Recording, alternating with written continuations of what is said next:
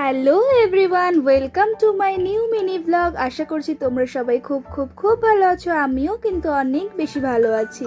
তো আজকের ভিডিওটা না, এটা অনেক দিন পুরনো এই ভিডিও ক্লিপসগুলো ছিল, একটা ড্রাফটস ভিডিও, তো সেটাই আজকে তোমাদের সাথে শেয়ার করছি। আর এই দিন দেখো আমাদের বাড়িতে পিঠে বানানো হচ্ছিল। তো এখানে হচ্ছে পিসি চুষি পিঠে বানাচ্ছিল, চুষিগুলো কাটছিল। আর এটা হচ্ছে প্যাঁচা পেঁচি, এটা হচ্ছে নিয়ম যে চুষি পিঠে বানানোর আগে এটা বানাতে হয়।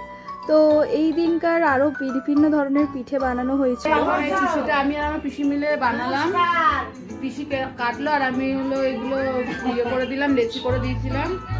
তো আমি ছোটবেলা থেকে এগুলো করতাম। তো এখন যেহেতু বিয়ে হয়ে গেছে আর করা হয় না, তো আজকে প্রায় 10-12 বছর পরে আবার পিসি আর আমার এই বন্ধনটা হলো, যেহেতু দিদি খেতে চেয়েছিল।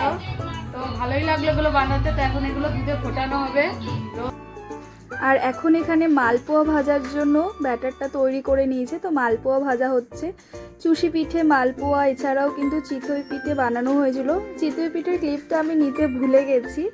আর আমি কিন্তু আমার রোজকার জীবনের ছোট ছোট ভিডিও করে আমার মোমেন্টসগুলো তোমাদের সাথে শেয়ার করি। তোমাদের কেমন লাগছে অবশ্যই জানিও। আর তোমরা কীরকম ধরনের ভিডিও দেখতে চাও আমাকে কিন্তু কমেন্ট করে অবশ্যই জানাতে পারো।